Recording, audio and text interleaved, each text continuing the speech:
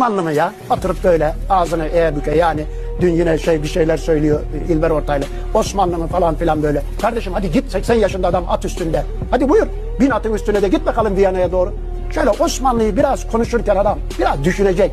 Hürmeti olacak. Bir hürmeti olacak, bir saygısı olacak. O askerler ne çileler çekiyorlar. Korkunç bir mücadeledir. 16 yıl. Padişahı da giriyor 2. Mustafa Han savaşa. Girme diyorlar. Toprakta yatarım diyor. Taş yerim diyor. 2. Mustafa Han 3 defa sefere giriyor. Ya öyle kolay değil. Bunlar bu cihat aşkıyla orada canlarını veriyorlar. Basit, biz malımız ise yanıyoruz biraz.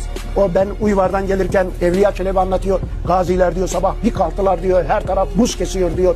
O buzları kırıp suyuyla abdest alıyorlar diyor. Böyle kolay mı Viyana önlerinde at üstünde gitmek? 2 ay boyunca orada çarpışmak, yatmak. İlk Balkan savaşları var 2. Murat Han'ın. Serdar öyle anlatıyorlar. Kayalıklara buz kesiyor Aykut Bey. Gazilerin parmakları donup düşüyordu diyor. Bunlar kolay işler mi? Kolay mı vatan oluyor? Sevemiyor işte. Namaza duramadığı gibi Osmanlı'yı da sevemiyor.